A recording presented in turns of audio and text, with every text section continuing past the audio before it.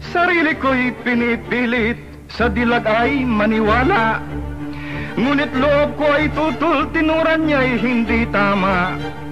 Pag sinabing mag-aaral, may takot nang bumabadha. Nalabagin ang tuntuning, umiiral sa eskwela.